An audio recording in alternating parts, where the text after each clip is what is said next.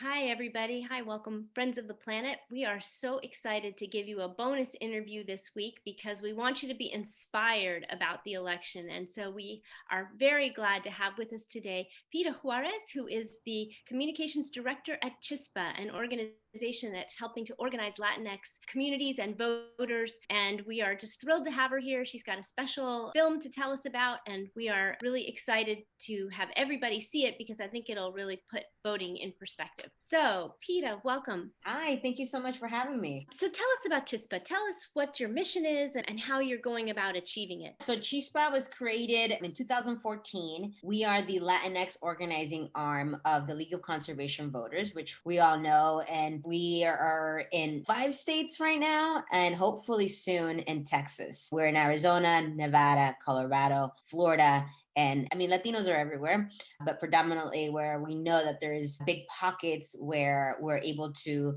move the needle a little bit when it comes to climate change and the climate crisis that we're currently in. Yeah, absolutely. And we've written a lot about how the climate crisis disproportionately affects Latinx communities and other indigenous and people of color. So I wanted to ask, can you tell us a little bit more about the specific work that you're doing ahead of this election to get Latinx voters out to the polls? Yeah, so at Chispa, we are organizing people. So for us, it's about building a base and bringing in new people, and especially when we think about climate. For me, I think that I got involved in environmental justice because I never saw people that look like me in that space. And I really thought, how am I ever going to work in environment? How am I ever going to get included? Or like, I don't even know anybody who works in that field. And so it's important for us at Chispa to really reach out to some of those folks, whether you're a young person, like the youth that we've seen this massive, enormous power come out of them. But we also, thinking about las mamás, your moms who You are bet. fighting and at the front line of that transition. Clean energy, clean renewable energy has been moms and Latina moms, and a lot of the time undocumented moms. Black and indigenous and people of color are the people who are disproportionately affected by climate change, and not so much in thinking about, really focus on this election and what that means to them and the future that holds. I think you really hit the nail on the head there. People talk about suburban women, but it's really moms who are the most, I think, angry about the state that we're in. That connects a little bit to this film that you made. I love it because moms think about their kids and the earth and Mother Earth. So tell us about the short film that you made called Fight for Madre Tierra. Who is it about, and why did you want to tell that story? From being a communications director, my background is in journalism and now doing communications, but I'm also a filmmaker. All of that is combined into how do we tell stories to build power in those people that sometimes are left out of the mainstream narratives. So for me, including somebody like Stephanie, who also works for Chispa, who was undocumented most of her life and is worked now on environmental justice for a while. She came from immigrant rights and made the transition into environmental justice. And I think that that's like a really cool intersection of like, why immigration happens. And it's because of climate change. People, migration, and all those different things that are happening is because of poverty. And that poverty that exists in these countries like Mexico, I'm from Guatemala, and etc., are because the land is too hot, because there's no more food. And so like for me, immigration and climate justice really belong together. And Stephanie's story really brings that forward. She is going to be voting for the first time, and her vote definitely goes for, Oh, cool. The environment. And what does that mean? And what does that mean for people like her, right? Who weren't able to vote, never had a voice. They're very complex issues that sometimes we only get a snippet of. And I think it's always great to show complicated issues with storytelling because people relate to that story, and like, and it's always like one little piece, right? Maybe you're not undocumented, but you have that friend, or you're a first time voter, or you're just an immigrant, right? You don't have to be from Mexico. You're just an immigrant from so many places. And I think that's what's what's been so beautiful about this film is that we've gotten a lot of compliments on, oh, I really felt that story. I think it's nice because when you have so many political ads saying like, bum, bum, bum, bum is bad, it's nice to hear an uplifting story. And we know that Latinx voters aren't a monolith by any means, but I think organizing work really puts you close to a lot of communities and a lot of voters in a way that pundits here in DC and New York really aren't. So I wanted to ask, do you think Latinx voters will turn out in record numbers this election? And how important do you think climate and environmental issues are to these voters, if you can speak to that? Yeah, absolutely. I mean, I've been getting asked that question I'm sure. a long time now. And, back in the day, it was a sleeping giant, that is the Latino vote. We were never asleep. We were just never engaged.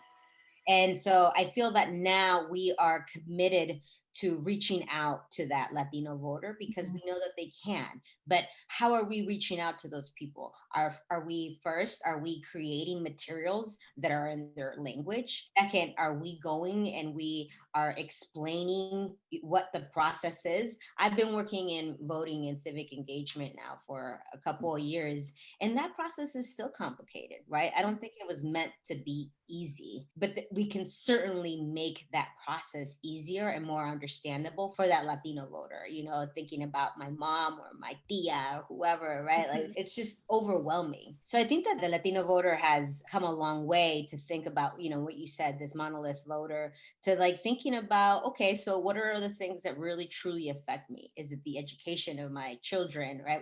For those moms, we're really pointing out environmental racism does affect you every single day. And I think when you put that into perspective to people, they're more likely to say, well, we've always been ambientalistas, right? Like environmentalists. We just never knew it. So we've always been climate voters. We've always been environmental voters. It's just a matter of like continuing to engage and keep thinking of, okay, so we want Latinos to vote, but we're not going to make any of that accessible.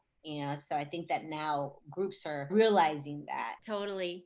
I am so excited about this election for lots of reasons, but most of all because it feels more intersectional. Our movement feels more intersectional than ever. And I know we have a lot of ground to make up, a lot. So tell us what's next. Like, what do you hope for after the election? Either way, what kind of stories do you want to tell now? Well, I think for us, it's been super motivational and inspirational to see how many young people we've seen. And like you said, like all those youth, they come from everywhere. And now it's like an international movement where climate is at the top of the list. And that's super exciting to see. So I think that motivates us to continue to organize and to continue to build power within our own communities. We know that voting is absolutely crucial and important to do and part of democracy and our rights, but that's only the beginning, right? So we know that that's one part we fight so hard for, but we have to keep building and organizing.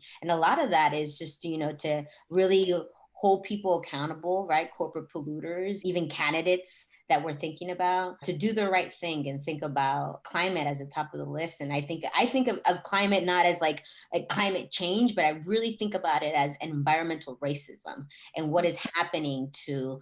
It's honestly really scary and people should be scared. We can run out of water. And, I'm in the desert and this year was the hottest year we've ever seen. For us at Chispa, we are really wanting to support every single state and all of these smaller local environmental battles that they have to push for clean, renewable energy, to push for just like even smaller little races or just their community or cleaner buses, right? We know that children ride those buses every single day and they're going to be inhaling all that. It's the future. We need to move to clean, renewable, and then also just thinking about clean transportation. Pita, I think that's such a good point you made in that you're not thinking about climate change as a standalone issue, but in the terms of environmental racism, because I don't think we'd have this big climate crisis if it weren't due to the exploitation of so many people, and especially the most vulnerable people and on the front line. So I think that's a really important point to make. Keep telling stories. I think that's